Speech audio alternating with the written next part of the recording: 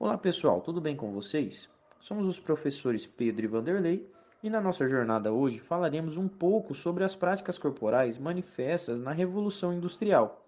Como será que eles viam o lazer naquela época? Vocês, vocês sabem o que é Revolução Industrial? Bom, talvez pelo nome vocês podem ter uma ideia. Vamos conhecer um pouco sobre esse período?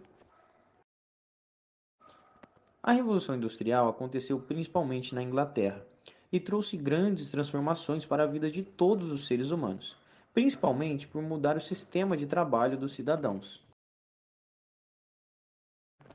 Foi nessa época que começaram a se criar as máquinas e as indústrias, que elevaram a velocidade no sistema de produção de muitas coisas, como roupas, sapatos, até bicicletas e carros. Também nessa época foram criadas as locomotivas a vapor, o trem. Todo esse período fez com que muitas pessoas se empregassem, mas por outro lado, essas pessoas trabalhavam durante muito tempo no seu dia a dia e quase não tinham descanso. Nessa época também foi criado um aparelho que conta as horas do dia, o relógio.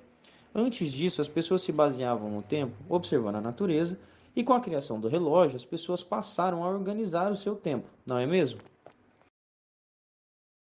É, no início da Revolução Industrial não era bem assim. Na verdade, o patrão que organizava o tempo dos trabalhadores. Eles trabalhavam por muito tempo e não recebiam um salário digno. Somente os patrões enriqueciam e tinham tempo para descansar, para cuidar dos familiares e ter um lazer digno, que geralmente estava associado às práticas consideradas nobres na época, por exemplo, em esportes individuais. Já a população trabalhadora geralmente usava seu tempo para descansar e, apesar do cansaço, se entreter. É claro que muitas pessoas ficavam doentes e impossibilitadas de fazer qualquer coisa por conta do grande esforço no trabalho. Mesmo assim, nessa época os trabalhadores faziam algumas práticas corporais e que geralmente eram coletivas. Nessa época, os esportes coletivos como futebol, basquete e vôlei ficaram muito evidenciados, assim como algumas artes marciais, como judô e taekwondo.